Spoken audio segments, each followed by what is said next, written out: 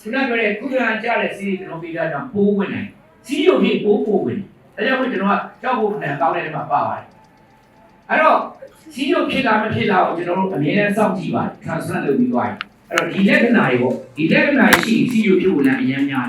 ရေးစားတယ်စီးရခဏခဏသွားတယ်ဘိုက်တွေပိုးစားတယ်ပိန်သွားတယ်ဘာမှမသိပဲနှုံးနေတယ်အလုံးတွေကြည့်လို့မကောင်းခုနာကျင်တာဒါတွေအကုန်လုံးကစီးရုံတွေရဲ့လက္ခဏာဖြစ်ပါတယ်တော့ကိုတတိယမှာဒီလက္ခဏာဘာမှမရှိသေးတဲ့စီးရုံဖြစ်တယ်အဲ့ဒါလေးကျွန်တော်တို့တင်ပြပြန်နော်အဲ့တော့ကျွန်တော်တို့အနေနဲ့စီးရုံရှိတာမရှိတာသိတယ်ဒီက3ချက်လောက်ပါနံပါတ်1ကတော့ည7နိုင်နောက်ပိုင်းဘာမှမစားဘိုက်စာရေတောက်မယ်မနေ့အစိုးရစစ်အဲ့ fasting လို့ခေါ်တယ်126မကျော်126ကျော်ရင်ရှိရှိပါတယ်အဲ့ကျွန်တော်လည်းရောက်သွားပြီ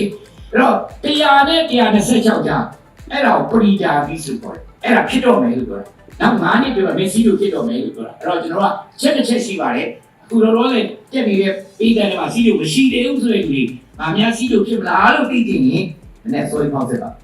126ကျော်ရင်ရှိသွားပါပြီနှစ်ခါကျော်ရင်ပေါ့နော်အဲ့100နဲ့126ကြားဆိုရင်တော့ဖြစ်တော့မယ်လို့ပြောတာပါနော်100အောက်ဆိုရင်တော့သိချလက်ချနေလို့ရတယ်ဒုတိယနည်းက HbA1c လို့ခေါ်တဲ့3လပြန်မြစီးကျိုးဆိုတာကျွန်တော်ဆက်အဲ့ HbA1c ဟာ6.5ကျော်ရင်စီးလို့ရှိပါတယ်9.9နဲ့6.5ကြားဆိုရင်ပရိဒါပြီးဆိုခေါ်ပါတယ်9.9အောက်မှာဆိုရင်တော့ကောင်းပါတယ်ညာတော့ဒီတော့ကျွန်တော်တို့ transplant လုပ်ပြီးသွားပြီးကျွန်တော်တို့3လကျွန်တော်တို့က3လတော့စောင့်မှာပေါ့နော်3လပြည့်တာနဲ့ကျွန်တော်တို့မလုပ်ရင်ဒါကြီးလုပ်တော့ fasting ဒီကျွန်တော်လုပ်မယ်3လအတွင်းမှာလုံးဝစီးရုံမရှိဘူးဆိုရင်တော့3လပြည့်ရင်ကျွန်တော်ဒါစစ်ဘယ်လိုစစ်လဲကျွန်တော် fasting စစ်မယ် HbA1c စစ်မယ်ဒီကနေ့တော့ transplant လုပ်ပြီးအကောင်းဆုံးစစ်ရမှာအချိုရည်တောက်ပြီးစစ်တာအကောင်းဆုံးပဲအချိုရည်တောက်ပြီးနှစ်နာရီပြီးစစ်တဲ့ဟာအမှန်ဆုံးပဲကျွန်တော်တို့ကတော့ post transplant diabetes ကို diagnose လုပ်ဖို့အတွက်အရေးကြီးဆုံးအကြိုက်ဆုံးကကျွန်တော်က OGTT လို့ခေါ်တဲ့အချိုရည်တောက်ပြီးတစ်နာရီနှစ်နာရီမှာစစ်တာအကြိုက်ဆုံးဖြစ်ပါတယ်we prefer OGTT for diagnosis of post transplant ကျွန်တော် diabetes ပေါ့နော်ဒီသုံးချက်ပေါ့ဒါကျွန်တော်လုပ်ပါမယ်တော့ကျွန်တော်တို့ဒီ transplant လုပ်ပြီးပထမ3လအတွင်းမှာမဖြစ်တာအရင်တန်ကောင်းတယ်3လအတွင်းမှာမဖြစ်ရင်တော့3လကျော်တာနဲ့ကျွန်တော်ဘာလုပ်လဲဒါစစ်တယ်ပြီးရင်စိတ်မချတယ်6လမှတစ်ခါစစ်တယ်ပြီးစိတ်မချတယ်တစ်နှစ်မှတစ်ခါစစ်တော့ပတ်ထားပြီပါကျွန်တော်တို့နေ transplant လုပ်ပြီးပထမ3လမှာစီးလို့မရှိတဲ့လူတွေ3လအတွင်းမှာကျွန်တော်စစ်ပါမယ်and then နံပါတ်2က6လမှတစ်ခါစစ်ပါမယ်and တစ်နှစ်မှတစ်ခါစစ်ပါအဲ့ဒါတွေမတွေ့ဘူးဆိုတော့ဒါ okay why ပေါ့နော်ဆိုတော့စီးရုံတို့ရုပ်ဖြစ်ရင်ဒီဒါတွေကတာမန်စီးရုံသမားတွေဖြစ်တဲ့အကြောင်းပြောတာပါကျွန်တော်တို့အသေးအစားထိုးထားတဲ့လူတွေမှာစီးရုံဖြစ်သွားရင်ပထမတစ်ချက်ကတော့ကျွန်တော်ဘာဖြစ်ဖို့များလဲဆိုတော့အဲ့ဒီအသေးအစားထိုးထားတဲ့ဟာကိုပြက်ကန်ထုတ်ဖို့လည်းအများများတယ်အဲ့တော့ grad rejection လို့ခေါ်တယ်ပြက်ကန်ထုတ်ဖို့လည်းအများများတယ်နံပါတ်2ကသူကအဲ့စီးရုံတွေတက်လေပိုးဝင်ဖို့လည်းအများများတယ်ကျွန်တော်တို့ပြောအဲ့လူကစီးရုံကချိုးတာကိုချိုးပိုးကကြိုက်ပိုးကဝင်နေအဲ့ဒီမှာသူကခါထပ်ပြီးတော့ခုကအားကြတဲ့စီးတွေထပ်တောက်ထားတော့ပိုးပြီးပိုးဝင်ဖို့လည်းရောက်လို့ကျွန်တော်တို့ကဒီ post transplant နော် diabetes က more prone to graft rejection more prone to graft failure more prone to sepsis နော်ကျွန်တော်ကပိုးဝင်ဖို့လည်းအများကြီးကြောင့်ကျွန်တော်တို့အများကြီးဒီကပါခုပဲကျွန်တော်တို့ဆရာဒေါက်တာပူတီနဲ့ပြောပါတယ် they have seen a lot after the diabetes ပဲဒီ post transplant မှာ diabetes အများကြီးတွေ့ရတယ်နော်ခုကခက်တယ်ဆိုတာသူပြောပါဒါချီချိုတူနဲ့ပတ်သက်လို့အဲ့တော့ခုနပြောတဲ့ဒါကြောင့် post transplant diabetes ဖြစ်သွားရင်ဖြစ်နိုင်ရင်ကကျွန်တော်တို့ကအသေးအစ်ကိုပြန်ဆွထုတ်မှုပြင်မာလာတယ်ခုနပြောတဲ့ higher graft rejection ကိုဖြစ်ဖို့များတယ်ပိုးတွေဝင်ဖို့များတယ်ချီချိုဖြစ်သွားပြီဆိုရင်နှလုံးထိနဲ့ကြောက်တက်ထိနဲ့တက်တန်းကျွန်တော်ညော်နေတော့မှာဖြစ်ပါတယ်ဒါကြောင့်လို့ကျွန်တော်တို့ကနော် transplant လုပ်ပြီးချီချိုဖြစ်တဲ့လူတွေဒီမဖြစ်တဲ့လူတွေရဲ့အများကြီးပို့ပြီးတော့တည်ထားဖို့အတွက်ကျွန်တော်တင်ပြရသေးအဲ့တော့ကျွန်တော်ခုမဲ့ခုတဲ့ခါကျတော့ကျွန်တော်တွဲပြီးခုပါတယ်တဲဆရာဝန်လည်းပါတယ်ကျွန်တော်တို့ခေါ်ပုံးဆရာဝန်တွေလည်းပါတယ်အာဟာရဆရာဝန်တွေလည်းပုံပါပါတယ်ဘလို့ခုမဲ့ဆိုတော့ကျန်းမာရေးညီအောင် lifestyle ကအရင်ကြီးကြည့်ပါ lifestyle အရင်ကြီးပဲဒါပေမဲ့နှစ်ကကျွန်တော်တို့ပထမ3လမှာတော့ insulin ထိုးရမယ်ဘာလို့လဲဆိုတော့ insulin is the best ကောင်းဆုံးပေါ့ခုနောက်ပိုင်းမှာတော့အခုအစ်စ်ပေါ်လာတဲ့ နော်ကျွန်တော်ကဒီမွန်ဂျာရိုတို့ကျွန်တော်ပိန်သေးပေါ့တစ်ချက်ထိုးတစ်ချက်ပိန်ထူတာမသိပြောနေကြတယ်အဲ့ဆေးကိုကျွန်တော်သုံးကြတယ်ကျွန်တော်ကဘာလို့လဲဆိုတော့ကြိုက်တယ်ဒီကောင်တစ်ချက်ထိုးတစ်ချက်ပိန်တစ်ချက်ထိုးနေတော့မပိန်ကျွန်တော်လည်းထိုးတယ်ဘုရားလေးပြောရင်ကျွန်တော်လည်းအဲ့ဒါပိန်ကြည့်လို့ထိုးတာကျွန်တော်နည်းနည်းဝါကျွန်တော်ထိုးတာ6လလောက်ရှိတယ်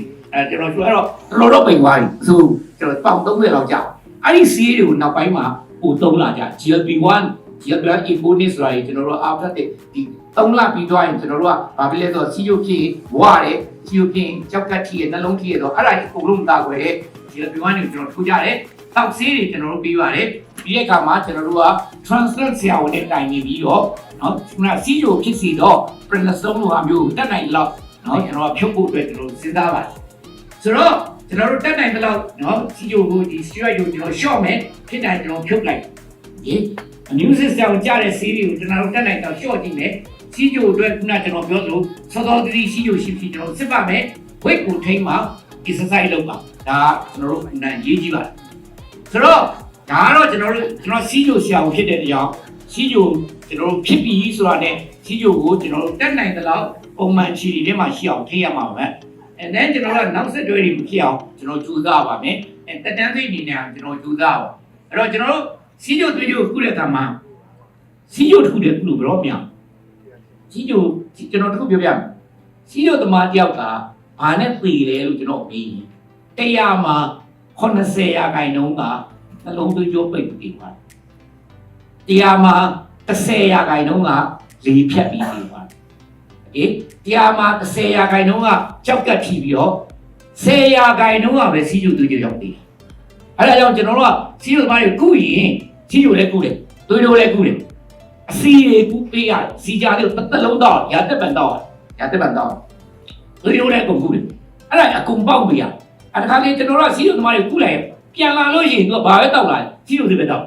နော်အစီကြလေးလည်းပျောက်သွားပြီဘယ်ရောက်မှမသိဘူးနောက်ပါသွေးကြဲတွေလည်းမရှိတော့အဲ့ဒါကျွန်တော်တို့ကမကြိုက်ဘာလို့မကြိုက်လဲဆိုတော့ကျွန်တော်ခုနပြောသူတို့ကနားမလဲအောင်သူကဒါရီကမလို့ငါစီးကျူမှာငါအစီရငါပိန်နေငါပိန်ပိန်လေးဘာလို့ငါအစီတက်မှာပိန်တာနဲ့အစီတက်တာနဲ့ဘာမှဆိုင်ကျွန်တော်အခုပဲဟိုမနစ်ကကျွန်တော်ဗမာတနိုင်ငံလုံးကိုကျွန်တော် study လုပ်လိုက် study လူပေါင်း8000ကျော်တယ်ကျွန်တော်3800လောက်ပုံနဲ့အစိုးရတဝက်ပေးတယ်ဒူလေးကျော်တဝက်ပေးတယ်အဲ့မှာဘာတွေ့လဲသိလားဒီတွေးထဲမှာအစီတက်တာကြီး39ရာခိုင်နှုန်းရှိကျွန်တော်ပြော3ယောက်မှ1ယောက်ဖြစ်3ယောက်မှ1ယောက်ပြီးနောက်တစ်ခုဘလောက်ကြောက်ဖို့ကောင်းလဲဆိုတော့လေးကြီးတော့သူတို့က100မှာ94ရာခိုင်နှုန်းကတစ်ခါမှအစီမစစ်ဘူးဒါကျွန်တော်တို့အတွက်အမြဲတမ်းကြောက်ဖို့ကောင်းတဲ့ data တွေဖြစ်ပါတယ်ဒါကြောင့်လို့အစီကိုမပေါ့ဖို့အတွက်အမြဲတမ်းအရေးကြီးပါတယ်ဆိုတော့ကျွန်တော်တို့ခုတဲ့အခါမှာ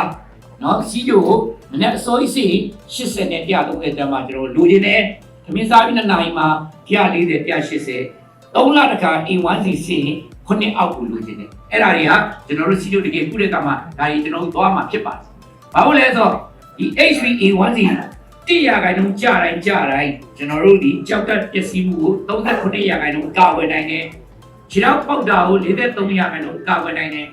တေဆုံးမှု 21% ချတယ်နှလုံးသွေးကြောချင်းကိုလည်းကျတယ်အုံနောက်သွေးကြောပိတ်ပြီးဖြတ်တောင်လည်းကျတဲ့ကြောင့်စီဂျိုကိုထိမ့်ဖို့အတွက်အင်တာလိုအပ်တယ်ဆိုတာတင်ပြပြ